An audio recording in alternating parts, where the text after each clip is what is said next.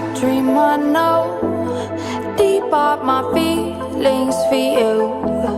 Watch. Hello reality viewers, welcome back again to Reality Latest Gist, the home of news and politics.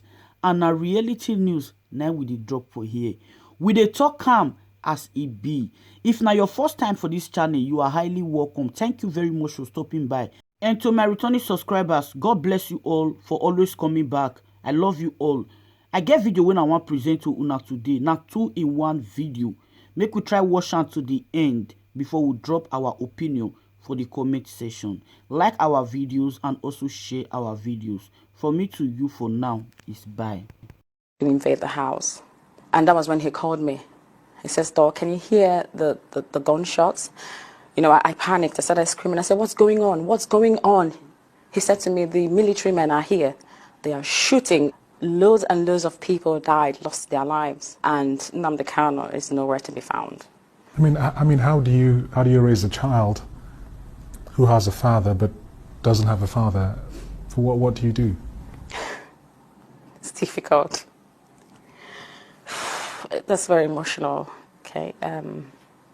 Do you show him pictures? What do you do? Yes, before the invasion, we would, be on. We're doing WhatsApp, Skype, video calls, and so he knows him. And now that he's not even, we don't know where he is, if he's alive or dead. He goes sometimes. He says "Daddy," and that kills me more because I don't know what to say to him. Was there any feeling at the time that what he was doing could be dangerous, but also quite possibly illegal, and would put him in the radar of the government? What makes it illegal? If you call for the breakup of the state, then that could be seen as treasonous. Why? Why should that be treasonous? One asking for self-determination. How is that a crime? It's not a crime. What do you say to those, and this is something that I've heard a lot, which is that your husband left his family in the safety of Britain to go to Nigeria and encourage people to, in a sense, die for a cause that he was not willing to put his family at risk for? Do they even know what I go through? It's something I can't explain. My parents-in-law, I don't know where they are. Nobody has a home. We're homeless. Is that not a sacrifice? We are suffering it too. So whereby he's in this very mission is the utmost sacrifice. Winnie Mandela, she once was on exile. She went on exile. The children suffered. So that is what happened. So if somebody sits back and said your family is not, the person is the typical stupid African person we're talking about.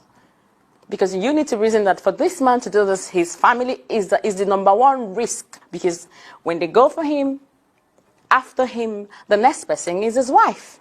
So looking ahead to the next election, do you think that your husband's issue should be one of the things which people think about as they go to the polls? In the next coming election, need to have that in mind. That for us to ever be better, we need to stand up. Yes, Nnamdi Kanu's issue should be the #1 thing. Where is he? You need to provide him, at least tell us where he is. You need to at least do something before you run an election. Otherwise, we're not going to vote. Ụmụ Igbo, ga-anọ m ntị. Oge niile ọ na-agba ife ụfọdụ mbịa kwuo ya bụ ụfọdụ ada aghọta. Ụfọdụ nchọrọ ikwu ya mgba nkịtị maka ka ụfọdụ ndị be anyị si eche echiche. Ụfọdụ kwanụ Chukwu okike abịa ma ga-etinye ife n'ọnụ onye ara ọbịa kwuo ya. Mana ọ nwere n'ọnụ ndị a na-eche mgbe ọbụla a nụrụ ife n'ọnụ ndị afọ ka a ga-eme n'ife afọ ndị afọ kwubu ka o si wee bụrụ sị na ofu onye ada amacha ife niile. Ndị Kenya jidere azụ n'ọfa jidere onye isi wee kponye ndị Naịjirịa. Ọ bụrụ fa afụfụ fa ga-ata afụfụ ife fa mete maka ife mụmụ Igbo agbara nze kwụrụ ya bụ ife ọbụla onye mete oge eji isi ya wee bụ ya. Mana nke bụ eziokwu bụ na ife anọ n'ime ya kịta abụrụ ọdụrụ anyị na ndị Kenya. Ndị prezidenti ndị Kenya na ọdụgoziri onwe fa ka abịa. Ọ bụrụkwa fa ife afụfụ fa ga-ata afụfụ fa mete. mana ife na-ewutegodi mbụ kedu ka onye isi ga-eji were nọrọ n'aka ndị mgbu anya na-aka akọ prezidenti ndị Kenya. Kedu ife eji ama na ejidere odogwu ife ndị nọ n'ilo na-eme ka a ga-eji ma na onye eji ejibe odogwu. Kedu ife anyị na-eme maka ya anyị na-aka akọ ndị Kenya abanya Kenya Airways emena nka ka njụgodo gị ofu ajụjụ gwa onwe gị eziokwu. Apụta tata sị na prezidenti ndị Kenya na ndị niile nọ na Kenya na fanọrọzi onye isi ka na ebe ọ nọ. Kedu ife anyị na-eme maka ya? Embassy Nigeria ekwesị ọzọ ịdị na-arụ ọrụ ebe ọbụla n'ụwa niile nke dị na Germany ebe m nọ anyị na-eje nwa ebe afọ jee mee ife ọtata ka anyị ga-eweta akwụkwọ anyị weta akwụkwọ anyị eji ebe a mee ya ka o si wee kwesị ịdị. Obodo ọbụla dịgachi isi embassy ndị Nigeria nọ ndị na-ebe afọ biko nụ mara na ife unu ga-eme embassy Nigeria ekwesị ọzọ ịdị na-arụ ọrụ ebe ọbụla. Nwa sị na nne ya amaala ụra nne sịkwa na nwa ya amaala ụra. Ike anyị ji anọ ndị Kenya ka anyị were ya wee tinye na ife gbasara onye isi anyị eji eje maka onye isi anyị ga-eji eje maka onye okoro odogwu ga-eji anyị na-aka akọ ndị Kenya obere obodo. Prezidenti ndị Kenya si dị ejebe onye ọ na-aba na-achị ya nnukwu ọ na-abịa ewutebe m onye agba onye a ga-edebegoro ife gbasara ya n'akụkụ emechaa anyị ntarị ya azụ. Ife ome ọgara anafere ya aka iji wee kwuruzie nọ n'aka atụ prezidenti ndị Kenya mbanụ ka edebegoro anụmanụ n'akụkụ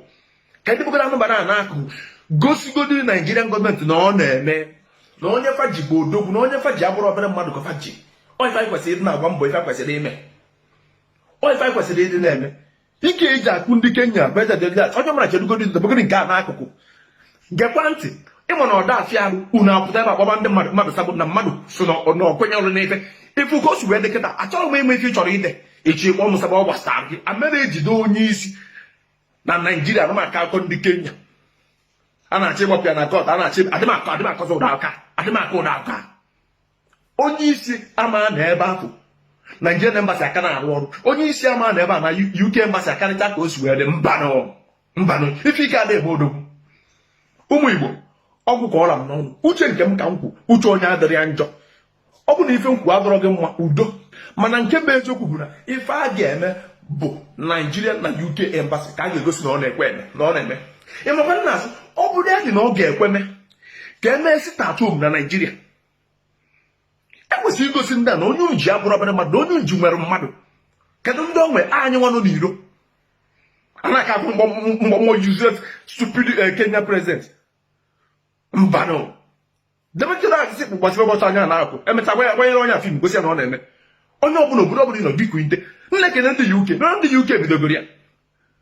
Ọ bụ na Germany bụ ebe ga-abụ na ịpụta m na ijiri aka gị ozugbo bido no protest Nigeria Embassy aka asị dị agbafọ ọdịkịta nọ na ime ya na ndị Germany anọ maka na fe nyọrọ gị akwụkwọ ga-eji wee jebe ya onye ome nka ji echerụ ka dị akwapụta biko onye ọbụla obodo ọbụla ị nọ gosikwa na ọ na-eme n'odogwu ga-eji ka anyị napụgoro akọ ndị Kenya na-akwụ emechaa na anya nyarịta nfe azụ ka emesịa